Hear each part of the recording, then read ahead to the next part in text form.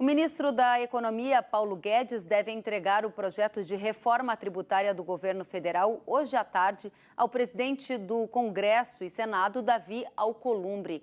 Segundo analistas, esta primeira fase da reforma deve conter a unificação do PIS e COFINS em um único tributo, com uma alíquota de 12%. E também deve ter a inclusão da oneração de todos os produtos da cesta básica. Ainda hoje, Alcolumbre deve se reunir também com o presidente da Câmara, Rodrigo Maia, para analisar a proposta do governo. E a questão é saber qual o impacto da reforma tributária para o agronegócio brasileiro. Sobre este tema, a gente conversa agora com Eduardo Lourenço, que é consultor do Instituto Pensar Agro e traz as análises para a gente. Seja muito bem-vindo, Eduardo. Qual é a sua visão sobre os textos em debate da reforma tributária no Brasil? Boa tarde, Kellen. Boa tarde a todos que estão nos assistindo. A reforma tributária ela é um tema que é discutido há muitos anos. A gente tem essa discussão que, em todos os momentos de crise, ele surge novamente, surgem novas propostas, surgem novas discussões. Hoje nós temos apresentadas duas propostas. A gente tem a PEC 45, que está em tramitação na Câmara dos Deputados, e nós temos também a PEC 110, que está em tramitação no Senado Federal. O texto do governo federal, ele é previsto ser apresentado hoje às 14h30.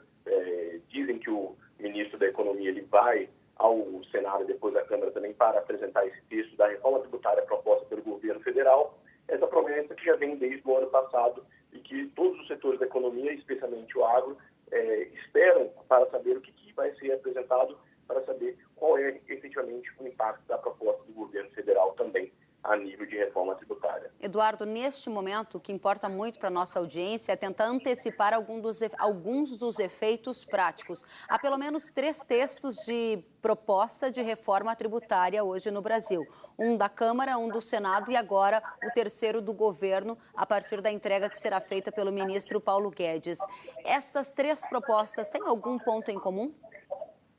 Sim, isso é um primeiro momento que nós temos na história recente do Brasil, nos últimos 50 anos, 3 propostas, todas as propostas que estão na mesa, discutindo, elas estão convergindo muito mais do que divergindo. Então, por isso que há uma expectativa dos economistas, juristas, dos assessores que acompanham a parte política, no sentido de que, olha, pela primeira vez nós temos uma convergência muito grande em relação às propostas de reforma tributária, que basicamente são simplificação e manutenção da carga tributária. Mas é importante a gente destacar alguns pontos em relação ao setor agropecuário. Pois é, aí que entra a questão. A simplificação e essa reforma tributária para o agronegócio, em linhas gerais, para as 3 propostas, podem gerar um custo adicional. A gente vai ver o setor pagando alguns impostos que hoje não paga. Essa é a expectativa? Exatamente, Kelly, porque, veja, hoje a PEC 45, ela extingue 5 tributos, ICMS, ISS, PIS, COFINS e o IPI, e a PEC 110, ela extingue outros tributos além desse, alcançando até 9 tributos que são extintos.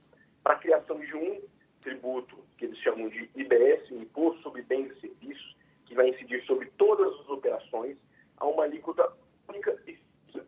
Também é indicada a criação de imposto seletivo, seria para desestimular, eventualmente, o uso e consumo de alguns bens tidos por irrelevantes e prejudiciais, tais como cigarro, arma de fogo, tem essa criação desse imposto seletivo. E na PEC 110 também tem a criação de uma contribuição sobre bens e serviços. O que nós temos, então, na verdade, é a unificação de diversos tributos, das diversas competências da União, do Estado e dos municípios, para a criação de um único tributo. E isso significa que, por exemplo, o setor agropecuário, você tem estimativa de quanto mais ele passaria a pagar, Eduardo? Olha, é muito difícil a gente saber quanto mais o setor agropecuário irá pagar, porque nós não temos ainda nos textos alíquotas fixas definidas. Mas veja, pegamos o exemplo da PEC 45, em que se fala que ali seria uma alíquota média de 25% para todos os bens e produtos e serviços daquela localidade onde forem consumidos ou prestados.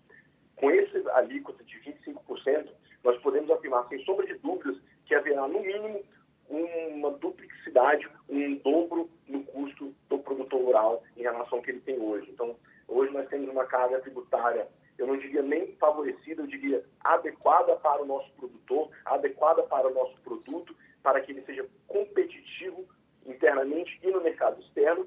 E se aprovada a PEC 45 com alíquota única, isso de fato acarretaria num prejuízo muito grande. Agora vamos deixar claro que a PEC 45 não é a reforma do governo, é a proposta da Câmara, certo?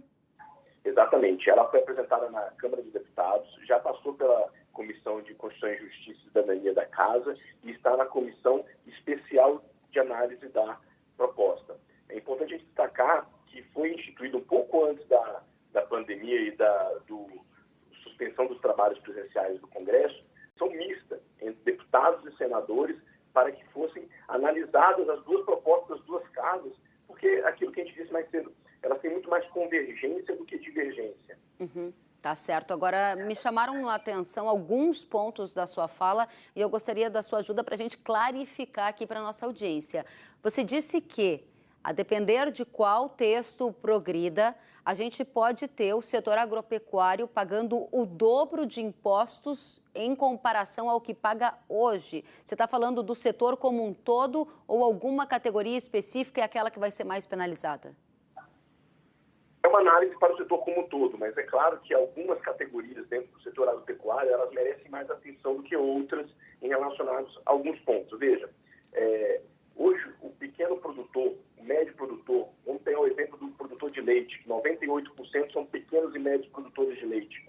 Ele não tem a capacidade técnica, capacidade de informação e acesso a esses dados para fazer uma apuração do tributo. Ele não tem como ter um custo burocrático com a apuração desse tributo.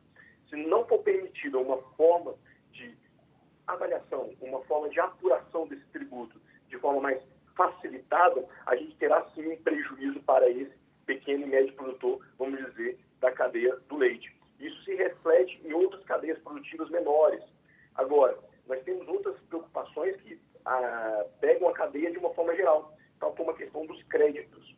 Os créditos decorrentes de exportação, os créditos decorrentes da própria não combatividade, créditos decorrentes de investimento que são feitos pelos produtores rurais, é importantíssimo, eu diria, é indispensável que eles sejam de alguma forma restituídos, que eles sejam garantidos a sua restituição para a cadeia produtiva. Tá certo. Porque, veja, se nós não tivermos isso, haverá apenas e tão somente o aumento da carga tributária. Por enquanto, você nos deixou bastante apreensivo em relação à análise mais aprofundada do que é a reforma tributária, especificamente falando do ponto de vista do setor agropecuário. Para encerrar, muito rapidamente, eu gostaria da sua resposta sobre a risco das exportações do agro serem tributadas a partir dos textos que estão em discussão para a reforma tributária? Veja, não. Hoje os textos eles falam exatamente isso, que as exportações, não serão tributadas. Mas, como eu disse, é importantíssimo que sejam garantidos a restituição dos créditos acumulados na cadeia. Porque senão nós teremos efetivamente um acúmulo desse crédito lá na frente e o acúmulo ele gera custo, porque ele acaba não sendo absorvido e devolvido e aí sai da margem de lucro do produtor rural. Então, esses três pontos que nós entendemos são indispensáveis. A alíquota diferenciada, restrição dos créditos e um tratamento adequado para o setor agropecuário. O tema tributação é um tema bastante complexo, mas eu entendo que a mensagem ficou muito clara para a audiência do Mercado e Companhia. O especialista em direito tributário e consultor do Instituto Pensar Agro, Eduardo Lourenço, disse que, com os textos em discussão, o da Câmara, do Senado e agora o do governo, um ponto em comum é que eles podem aumentar os custos com impostos. Obrigada pela análise. Volte mais vezes. Bom trabalho para você. Para todos vocês também, estou à disposição. Muito obrigada, Eduardo Lourenço.